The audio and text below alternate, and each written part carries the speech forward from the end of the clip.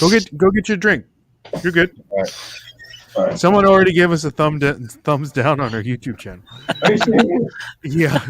So, guys, welcome. This is Ray. I'll be back. What's your name, D? I forgot. Dustin. And Dustin coming at you live with another This Week in Reselling. I'm excited for this one, Dustin. Are you? I am. It's been a good week. It's been a great week. We have our boy Matt, the Thrifter Sifter, joining us today, doing a little bit of interview time. If you guys don't know Matt is a recently full-time reseller. He sells on all platforms, I believe, except for Amazon. Right, Matt? Yeah, let me make this widescreen. All right.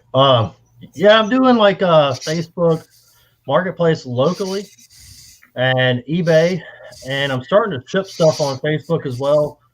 And then I have the antique booth in town too. Yes. So we'll get into that for sure. But yeah, so you guys can follow Matt on all his socials are down there below on the description. We'll also put the socials on the description on our podcast. So guys, make sure you follow Matt on all his social media platforms. It's the Thrifter Sifter on TikTok, Thrifter_Sifter on Instagram. Yeah. And is it Thrifter Sifter on YouTube as well, Matt? Yeah, it's just like my TikTok name, Thrifter Sifter. Perfect. Anything that I missed on there? eBay store, Thrifter Sifter. Okay, eBay store, Thrifter Sifter. Make sure you buy stuff from him on there. So we got our boy CL Furlong. He says, yo, straight from Australia. He's a good friend of us, of ours, supporting the YouTube channel since day one, right, Dustin? Day numero uno. Yep. So we'll go ahead and get into the interview, Matt, because we want to get to know you a little bit more. And so Matt, the Thrifter Sifter, tell us your origin story, my friend. How did you become a reseller? Let us know. Tell us the adventure, the different things that you came across. What made you want to do this crazy thing that we like to call reselling? I mean, I did Facebook Marketplace locally when I was in Mississippi before I moved here to South Dakota last year. So that's mainly all I did before. But when growing up, my mother worked at antique booths growing up, so I was around that, I guess, a lot.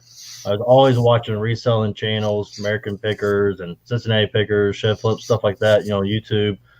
And then when I moved to South Dakota is really whenever I really got into it. And surprisingly, I was walking the dog one day, and I saw a garage sale. And I was like, man, I miss garage sales. Me and my mother used to do those all the time growing up. Okay, well, let me take the dog back to the house. And I went back to the garage sale. I didn't really see anything there. And as I was leaving, I was walking back to get in my truck. And I saw this. It looked like a brand new Callaway golf bag for $3.50. I was like, wow, that's a steal. And I was like, that's a good brand. So I got in my truck. I looked it up. It wasn't like a high-end bag. It was just kind of like their basic one. But I found it like on Dick's Sporting Goods for $160 brand new. It looked like it barely been used. So I picked it up. I put it on Facebook Marketplace because that's what I normally did. And I sold it in a couple hours for $60. And I was like, man, I see these guys going to garage sales all the time. I see them doing it.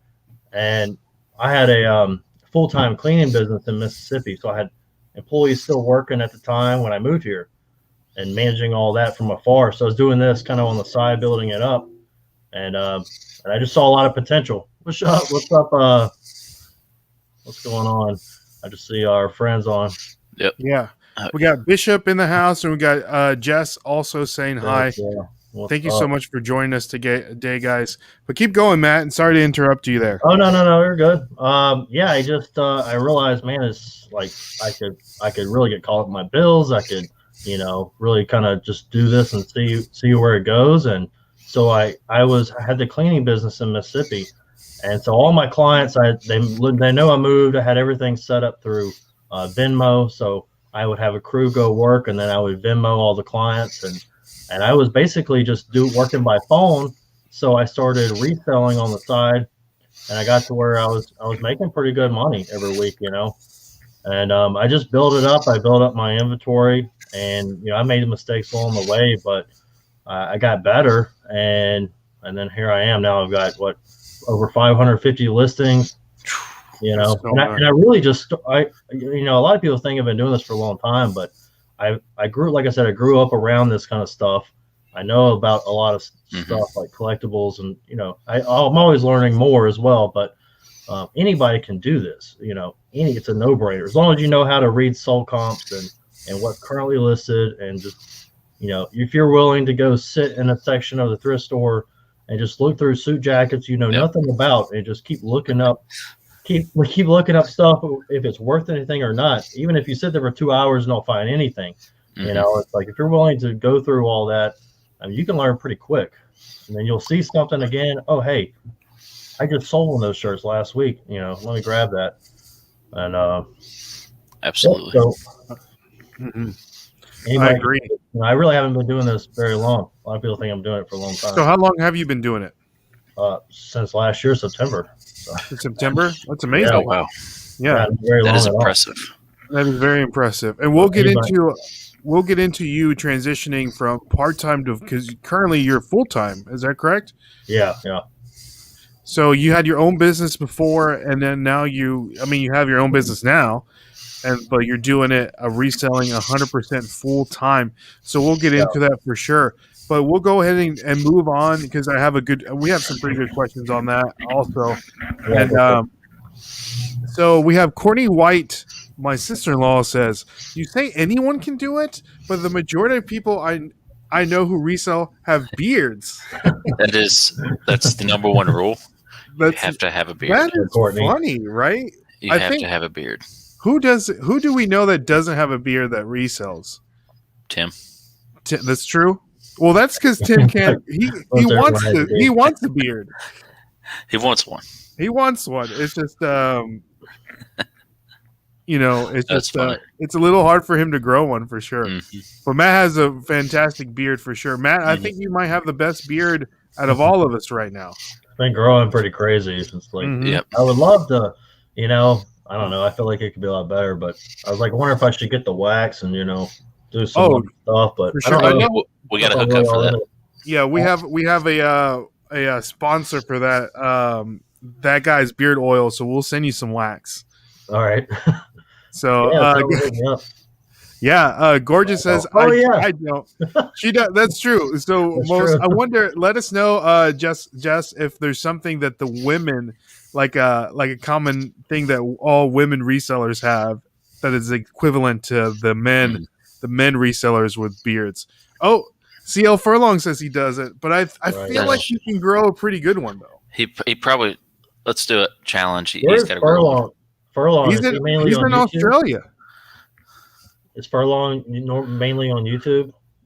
He's on YouTube and he's on Instagram. Mm-hmm. Okay, I'll check him out. And I think he has a TikTok as well, but I don't think he's very very active. Mm-hmm. But he does have long luscious hair for sure. That is true. So he says, YouTube and Insta.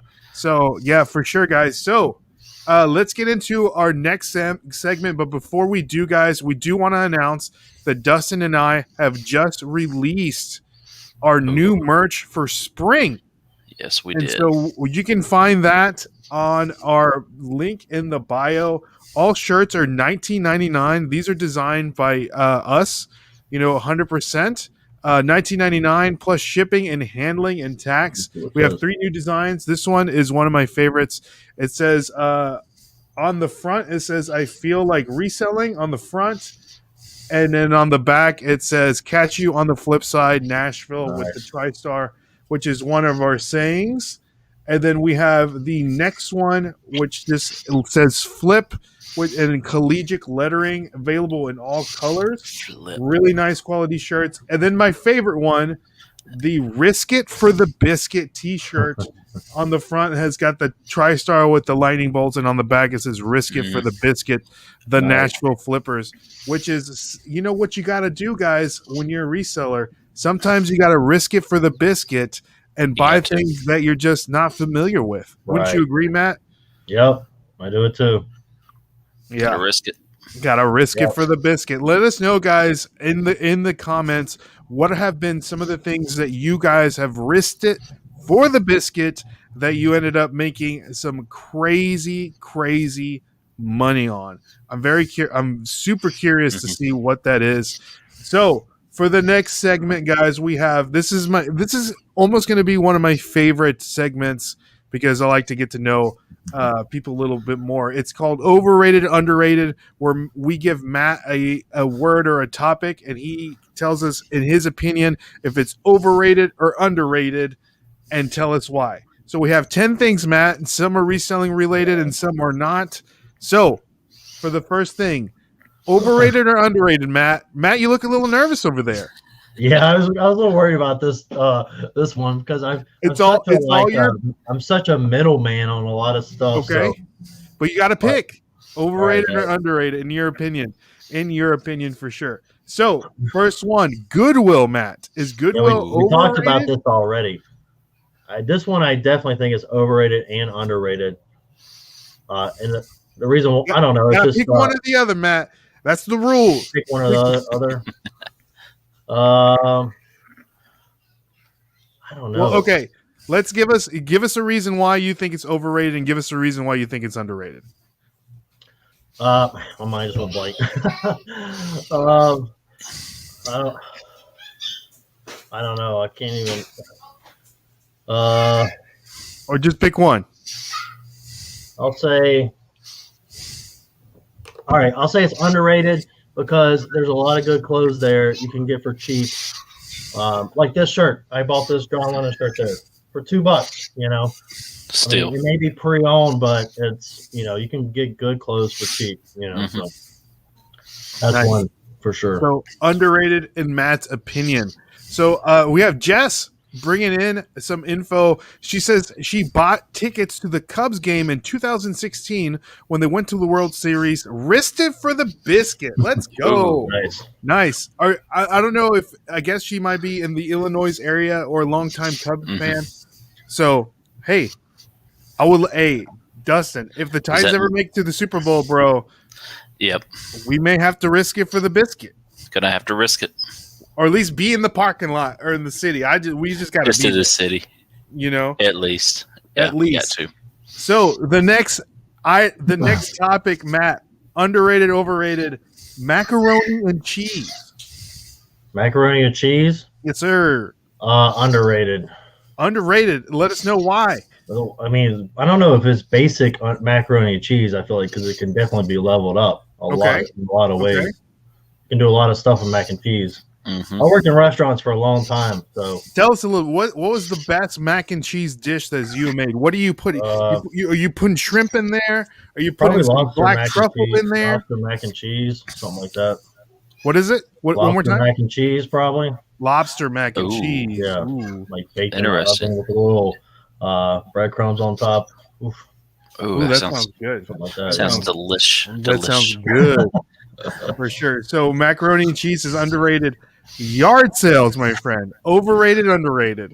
I'll say underrated. Underrated because there's not enough people that go to garage sales. I feel like there's so much good stuff you can find for nothing, and you see we're doing it all the time and making good money doing it. I agree. It is a lot of work. It is a lot of work. I can't tell you how many garage sales I go to find good stuff. But when you do, you're glad, it's worth it. You're glad you got out. Exactly. I agree. Someone messaged me on I did a garage sale video today. Oh, you have the best stuff at your garage sales. I'm like, yeah, it took like 12 garage sales to find all this, Yeah. So, I know people are always seeing all the highlights, but I mean, we're putting in work. We're out there hustling for every 10 yard sales. You might find one that is hitting, Yep. So you got to be picky and see what you're buying. So the next overrated, underrated topic: superhero movies. Matt, overrated or underrated? Oh man, you're probably gonna kill me on this one.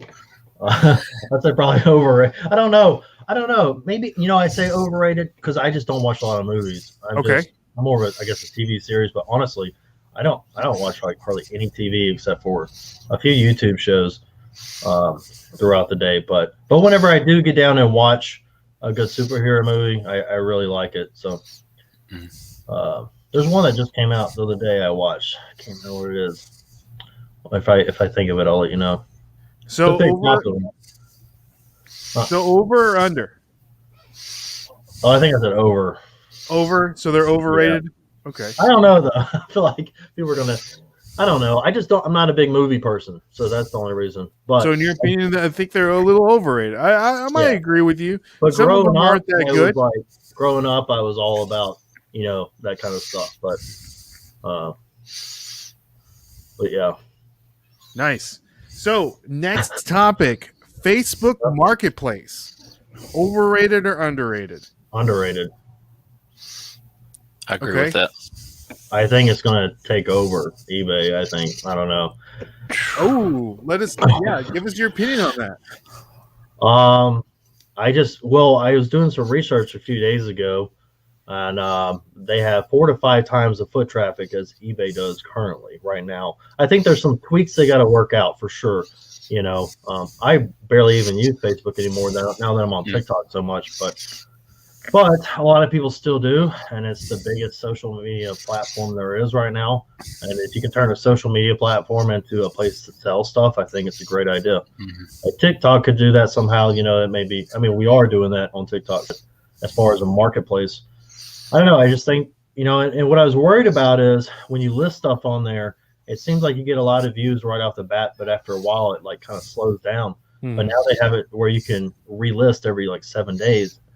And I don't know. I just see a lot of potential. So I think there's always a place for eBay. I just feel like marketplace. There's not a lot of. Surprisingly, there's a lot of people on the shopping, but when you look up like certain items, there's not a lot of competition on there. So I don't know, but one day it will be. So do you think it's better for a person to buy off of Facebook or sell? Ooh. I don't know. I mean, I feel like so many people are at their home playing on Facebook Marketplace than they are on eBay. I just, which is better? I don't know. I want to say eBay because I love eBay. That's what I mainly do. That's what all of us do. I just feel like, I don't know. I just been hearing a lot of people I talk to, resellers who have stuff that's not selling, and they're cross-posting it on Facebook Marketplace, and it's selling like really fast. So I just feel like, and it could be categories, we got to switch up different categories on eBay, but I just been hearing this a lot lately, and it's just something that's been mainly, me and Jason Hayes and Chris at Peak, we talk about this stuff, and they just noticing they just noticing that they've been crushing it on there with a lot of stuff that's been selling slow on eBay. So interesting. This makes me wonder. It makes me wonder if there's some potential there in the future, but who knows? Yeah, they definitely have to work out some kinks with it. So yeah, there's definitely. I don't like how it looks on there. Yeah, I think it's terrible. I think it's terrible. Yeah, they got to switch it up. They got to change it. But and I think the demographic on who's on Facebook, I think they also have to change that, because I mean, what is it? I would think that over 50% of the demographic is boomers that are currently on Facebook, and so depending on what you're selling there, you almost want to tailor what you're selling towards people like that. Because I mean, I don't see Gen Z getting on Facebook, Yeah. So they may have to, do some market research. It's still really early. But the fact being that there's so much of a foot traffic right now, it makes me wonder if, and their fees are a lot cheaper. They can make everything so much cheaper and just take over, and then eventually change it one day. Who knows? But yeah, competition is good for sure for everybody. So next thing, overrated, underrated. I'll say one other thing too, is that a lot of people are afraid of change, and that's one thing I've always told myself. You got to be willing to evolve if that's what it takes, So, anyway, so just put that out there. I can't tell you how many jobs I've worked where people are like afraid of change. Yeah. Like you got to be willing to adapt if you want to make it. Adapting and pivoting for sure. And we'll get into. I actually have a question that touches on that a lot. Having to do with the pandemic and how you pivoted and shifted your business. So we'll get into that here later. But overrated, underrated, dinosaurs. Dinosaurs. That's a weird one. Maybe underrated. Okay. The reason why is I thought, I'm not gonna name who I saw. Maybe we talked about this. I think we did talk about this. Maybe that's why you're asking me about this. I picked up some toy dinosaur toys. Is that what we're talking about? Okay. And I picked up a bunch of them. No, I just put it on there. I completely forgot we had this conversation. You forgot we had the conversation?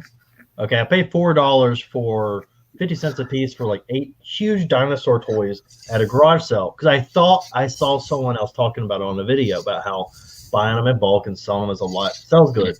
I bought them and then I got home. I was looking on the comps. I was like, oh crap, that was a bad buy.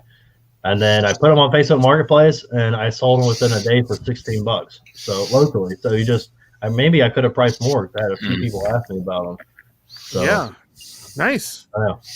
Okay. Okay. Nice. As far as reselling goes, as far as dinosaurs go, I think they're pretty awesome. So, yeah, dinosaurs are cool for sure. Yeah. So overrated, underrated, eBay.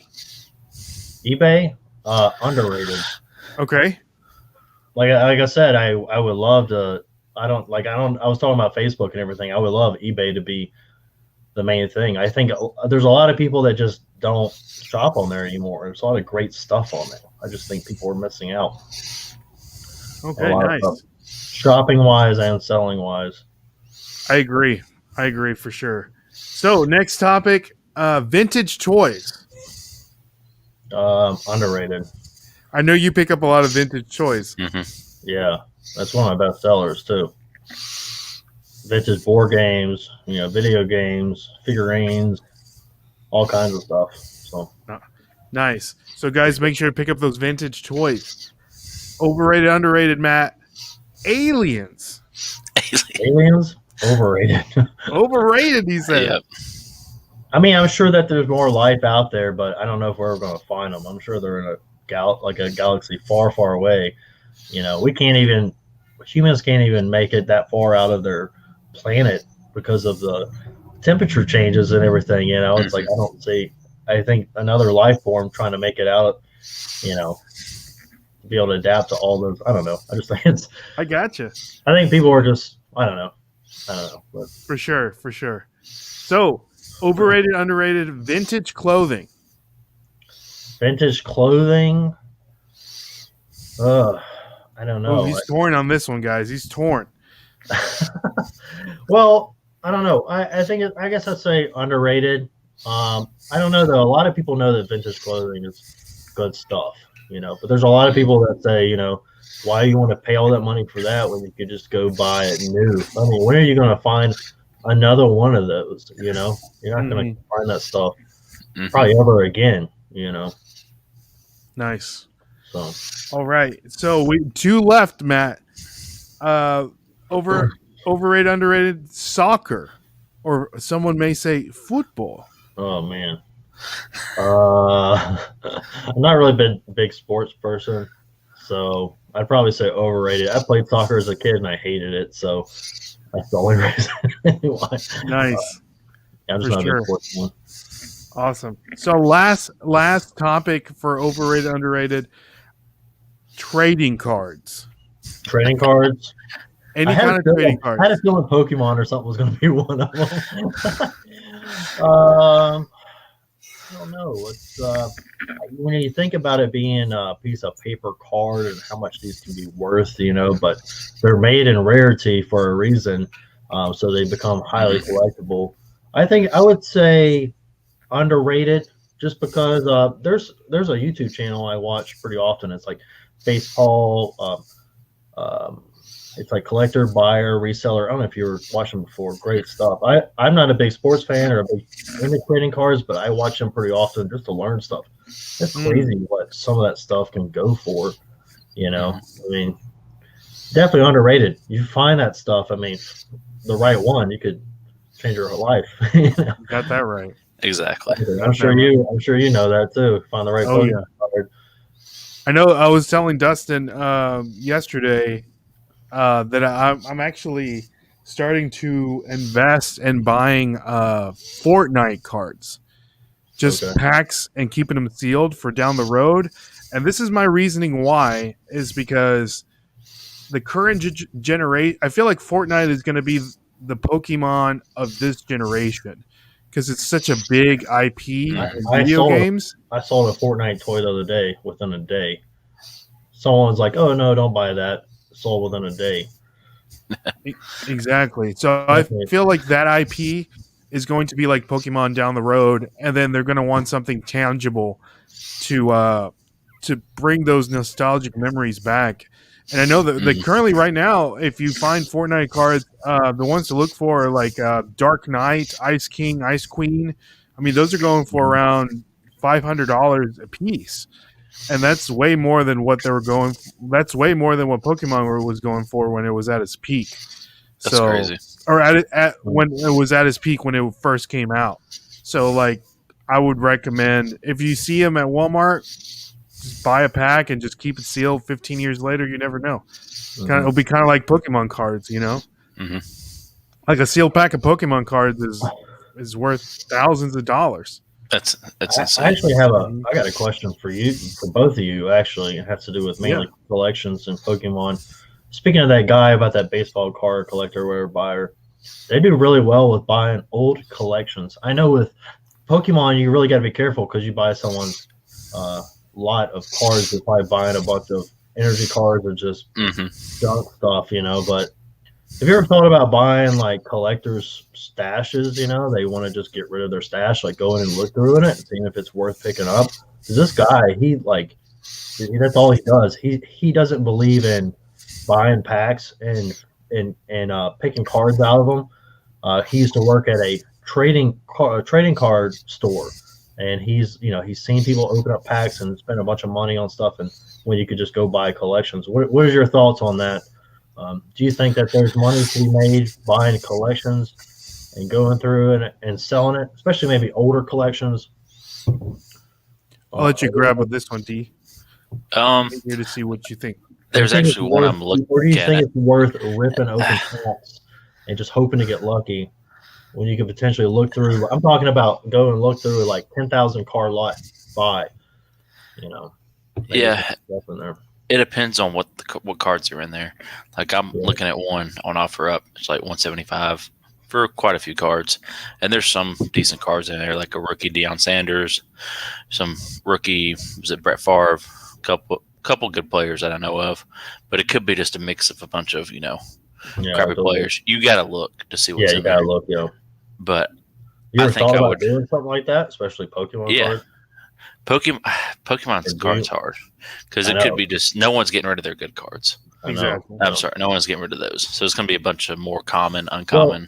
What I noticed this guy is like he's buying these.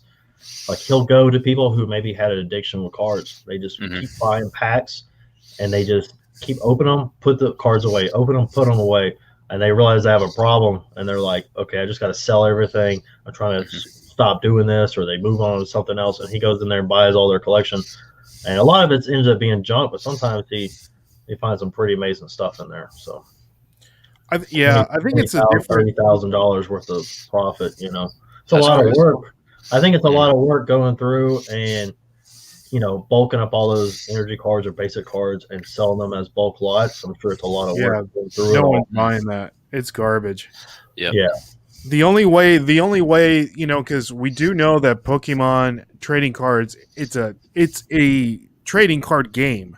So there are some cards that people buy for the game that are actually play the game, competitive players that are good for the deck building game, and then you can lot them up in lots of 4 because there's you go online and you'll see the best cards, best decks, best in it categorizes which cards are the ones for the best decks, and those are easy to sell online. That may not be worth a lot individually, but if you have 4 of them, you can probably make $20.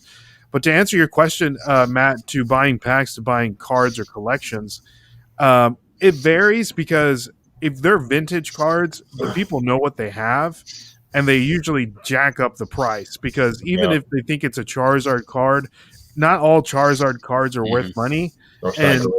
And then the condition of the cards is what's super important. So even if they have a really good vintage collection and it's just trashed, it's not worth anything. It really isn't worth that much money. And then for the modern cards that are currently available, that you'll be better off buying the individual card that you want than continuously opening up packs, because essentially it's gambling. We all know it's gambling. We pay $4 for this pack, hopefully, or hoping that we're going to pull that $300 card, which hardly never happens. But it's just part of it. It's part of the good thing about Dustin and I with Pokemon. We are collectors, and we do like to collect the cards. We don't necessarily just want one card. Like Dustin, what are you like missing 3 cards to complete your set for one of the newer sets, right? You're missing like 3 or 4 cards. No, more than that. More the baby shinies. More than that. Yeah. Okay. Right. But I got another good question. For both of you, when is the last time you played a game of Pokemon with someone else? I play every day online. Oh, you do? Mm-hmm. Okay. I was just curious. I just wonder if the percentage of people who buy to sell and collect, if they're actually, a lot of them actually play the game. You know what's really cool about the Pokemon cards is that when you open a pack of Pokemon cards, there's a code card that's in there with the code, and then they have a like you can go to Pokemon.com and download the online game, so you can put in that code card and you get a digital pack to open, and you can use those cards to make your decks and then play them online against other people. So Dustin and I play. I mean, we play online all the time. That makes total sense. Yeah, I was just curious about that. I actually, I used to play Magic: The Gathering a good bit. But, yeah, me too. And that was a really fun game. I never really got into Pokemon. It's kind of a long story that my family just don't want to. Yeah, I get it, man. That's like a lot of people say that it's like, oh, it's demonic, it's the devil, or whatever. I mean, I get it. Well, I don't know. I don't want to get into it. They may be watching. Yeah. But I couldn't play when I was a kid, but yeah. So I never really got into it, but I played Magic: The Gathering when I got older, and it was pretty fun. Same concept with Pokemon Magic: The Gathering. I know there's a lot of really expensive Magic: The Gathering cards, the alpha sets and the beta sets, things like that are worth tons of money. Recently, Post Malone was seen buying Magic: The Gathering cards for his collection, vintage Magic: The Gathering cards. Gonna stop buying those now. Yeah, they're gonna blow up. So, but for sure. Yeah. So the next topic that we have, guys, and make sure you hit the like and subscribe on our YouTube. And if you're following us on or listening to us on our podcast This Week in Reselling, make sure you follow us. And so follow us on all social media platforms. The Nashville Flippers on YouTube, Instagram, and TikTok. And shoot us an email if you ever have any questions, the NashvilleFlippers@gmail.com. And make sure to follow Matt. His socials are down in the bottom in the description. So next question, Matt. Talk about how you talked about going part-time to full-time. Tell us your reasoning why and just your overall thought process. And was it scary? Were you intimidated? Like what? Tell us what happened there. And that recently happened in February, I believe. Yeah. I mean, I was doing the cleaning stuff. I started that with someone I used to be in a relationship with, and we'd split up. And I had always managed it and everything. And I don't know. I just someone saying it's small. It always. I started that, and it was great. It was a good business. It was very exhausting. I was cleaning 6-7 days a week with the crew. This is right before I moved here from Mississippi.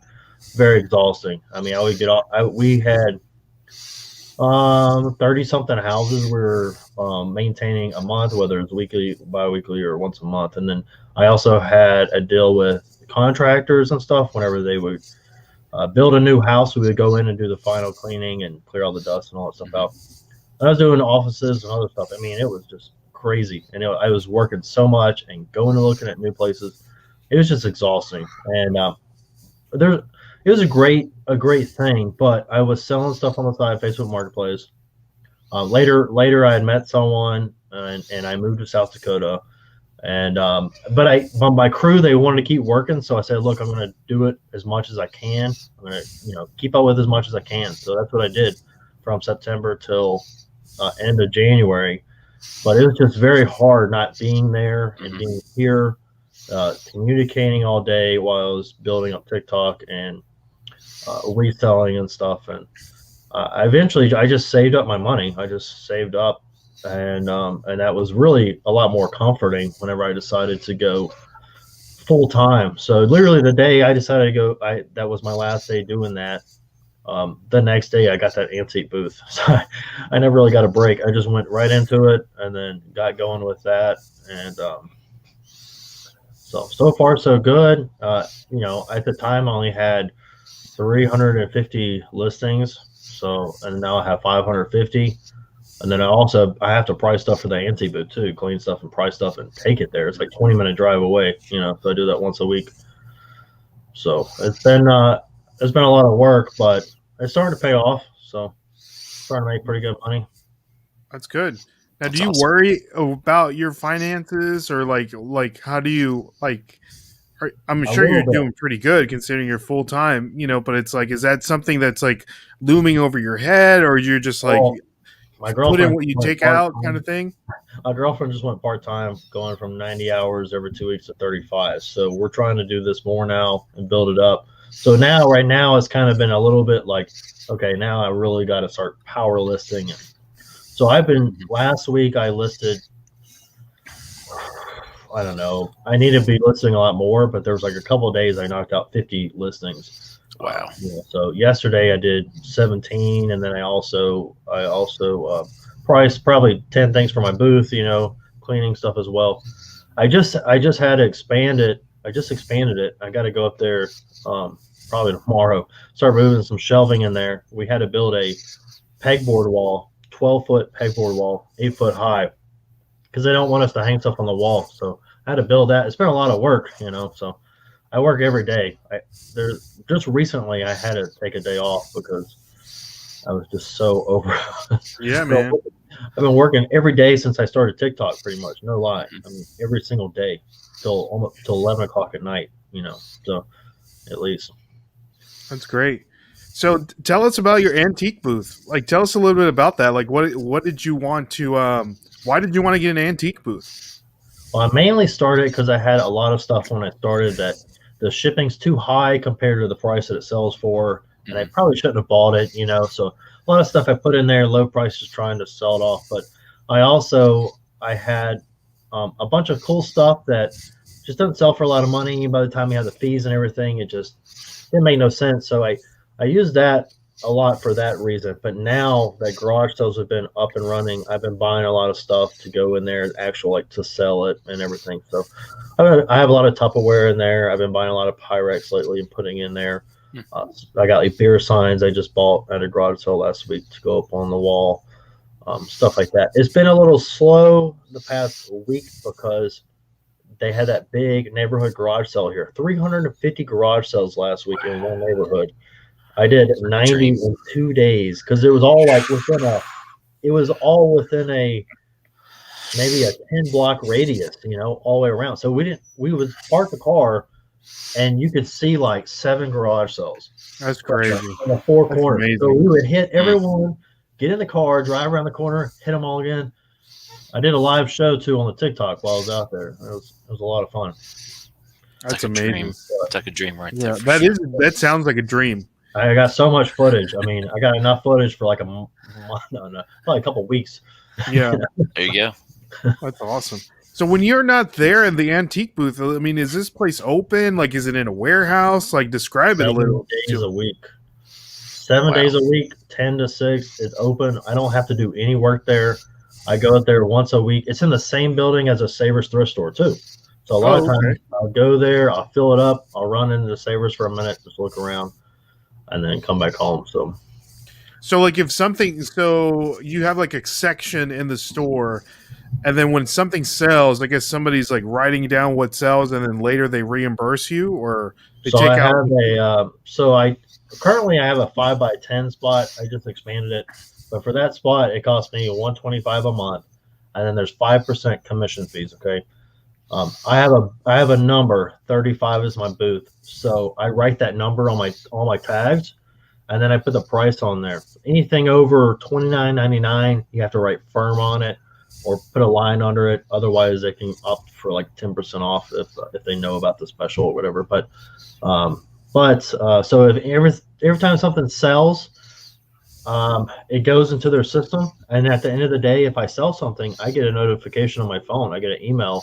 And I can check, and I can see what sold. I can see my net, my gross, and everything right there. So, and then at the end of the month, let's say if I did 350 sales for the month, then they just take out the 125 and the 5% commission of my sales, and then I get a check for the rest, basically. So Nice. Would you recommend?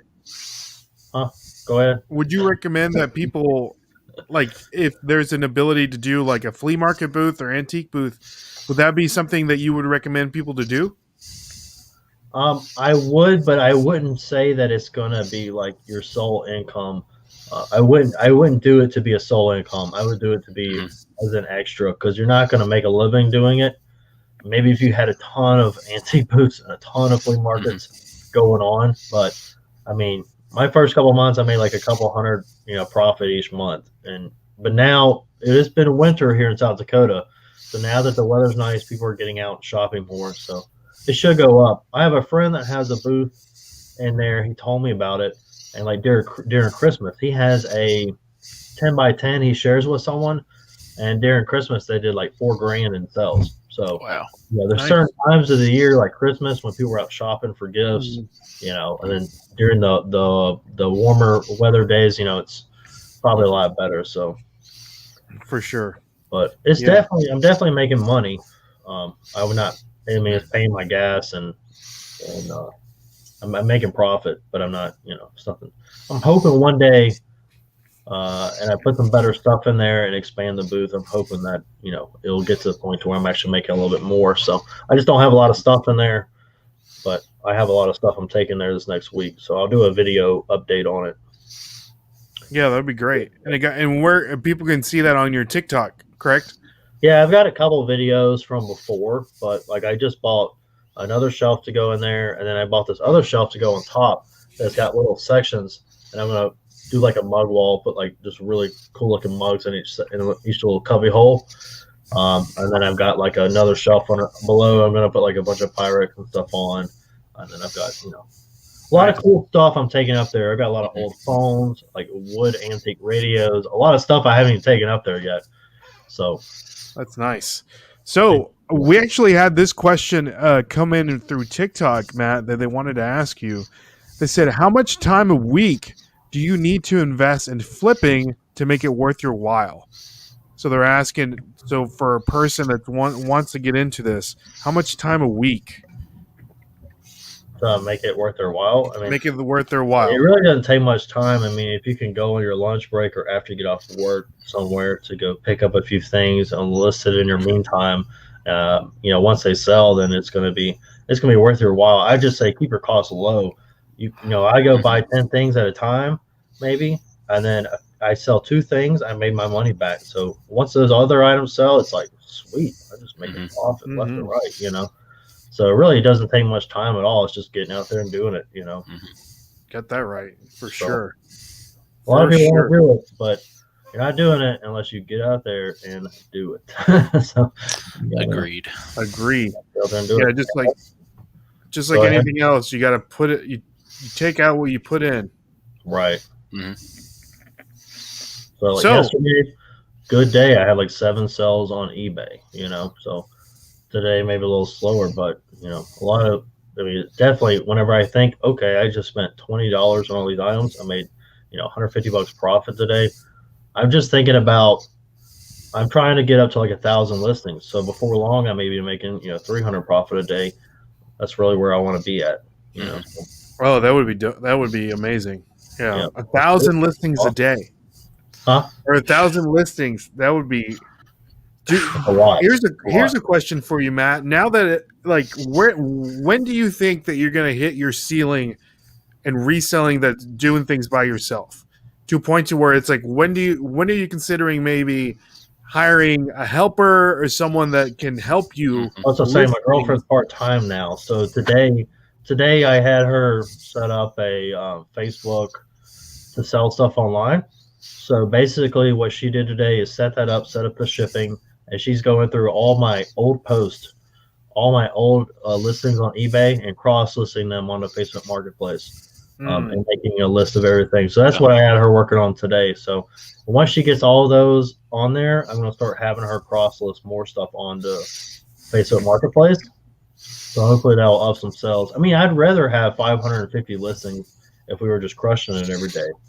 But I have a feeling over time there's going to be stuff that's just slower movers that's going to be filling up. And eventually those items will sell. So like if I have 550 listings and I sell 2 items that are slow a day, if I have 1,000, maybe I could be selling 4 slow items a day. So I think it was that, as I build it up, I'll be getting more consistency, I guess. Yeah, that's a good idea. And that's good that you have someone that's helping you, and then you have to pay her to do it. I'm paying more of the bills. Yeah, exactly. Yeah. Gotta keep the lights on somehow, right? Right. So that brings us to our next segment of the show, guys, which is one of my favorite segments. I like to call it What's for Sale on Facebook Marketplace, where we find odd things that we find on Facebook Marketplace and give our opinions on. So today, what is for sale on Facebook Marketplace? It is a tater box. A tater box. For $35, you can be a proud owner of a solid wood / tater onion box. What are your thoughts on this, Dustin? Yeah, it's interesting. I mean, I'd put a bunch of tater tots in there, but on the top. Oh yeah, put a bunch of tater tots. That's interesting. You store potatoes and onions to cook later, but I feel like that would get really moldy after a while. Looks like there's some mold maybe in that drawer in the second picture. I think a mold little something going on. I thought it was maybe you put the potatoes in there and it cuts them for making taters or something. No. Don't the potatoes grow eyes and stuff if they kept in the dark for too long? Yeah, it grows some kind of. It's weird. It's really weird. $35. I bet I can get it for 20. I bet you could. Let's see. Let's message Teresa and say, is this still available? Hopefully she can get back to us. Where is she located? Tennessee? Oh, it's close. Old Hickory, which is a little south of where we are right now currently. So there you go, guys. So if you want to be a proud owner of a tater box, make sure to check out Teresa on Facebook, and you can be a proud owner of a tater onion box. So that brings us to our next segment, Dustin's favorite segment. My favorite. TikTok comment of the week, which we look into some interesting TikTok comments. And for this one, Matt, and I want your opinion on this. ABDL says, oh, and just a little background here, guys. I found a Guitar Hero guitar at Goodwill, and I told them let everybody know that these are good to look for. That you can get around $30 plus shipping, and then if you bundle it with the games, you can get more. But my man here says, tag me when it's sold. In my honest opinion, no one is going to buy this BS. So what are your thoughts on that, Matt? I see these all the time. I've tagged people on videos before, but it's I just kind of gave up on doing that. But One thing about TikTok, man, you get a lot. It's compared to YouTube. It's like it's very toxic. A lot of it's hate. very toxic. Yeah, it's very compared to YouTube. Speaking of that, like I tried doing some negotiating videos recently on YouTube. It's like it's so easy to do that kind of stuff, and people are all for it. On TikTok, it's like man, it's such a bad thing. It's like people just like don't understand, you know. So people, I think the term reseller is slowly switching to the word scalper. I hate that. Which I is hate that too. I really, that's not a bad thing. Two different things, in my opinion. Mm-hmm. Where scalping is buying something that is, in my opinion, is something buying it at retail with low supply and jacking it up because everybody like it's more like a necessity or something, you know, like they're buying that one hot item. The one hot item and jacking it up. And reselling is more of like we're like brokers and we find things that people would want and we sell it for what market value is going for. Especially the stuff you find at Goodwill, because not everybody's going to find that at their other Goodwills or anywhere else, and putting it up for what market wants to pay for. Mm-hmm. So what do you think about that? I feel like I see that hamster profile picture on a lot of those too. I know, like I don't understand what that is. I don't know where that comes from. Yeah. I see that all the time. Yeah. So did you sell it? I haven't sold it yet. But I will tag him for sure once I sell it. But I think that brings up a good point, and I wanted to highlight this comment that people don't know. It's surprising what people don't know that sells. That people are looking for, that they think, man, nobody wants this crap. But people do. They collect. Like I was talking to Bill and Collectibles Bill, and he was telling me about 1960s, 1970s patterns for Pyrex that people just collect.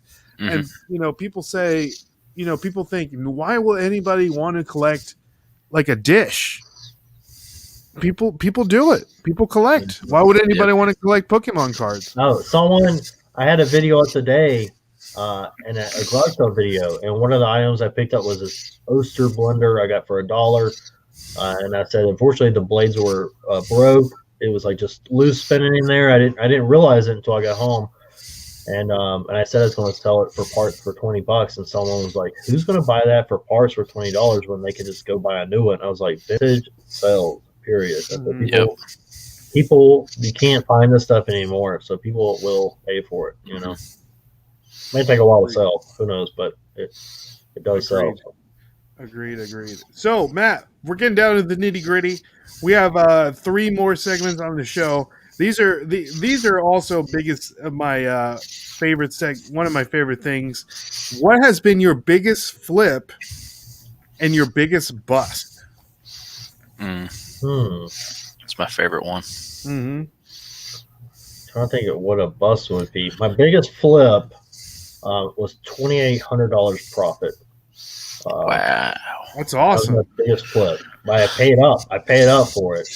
I thought I paid $1,300. I bought some kitchen equipment, and the guy was asking $1,500. I originally went and bought something else. Okay, I went and bought some different kitchen equipment for $50. I was going to buy that could sell for like $400, which I still have, by the way. I haven't sold it yet, but it's one of those unique items. But anyway, so when I got there, he's like, "Oh," I was like, "Do you have anything else for sale?"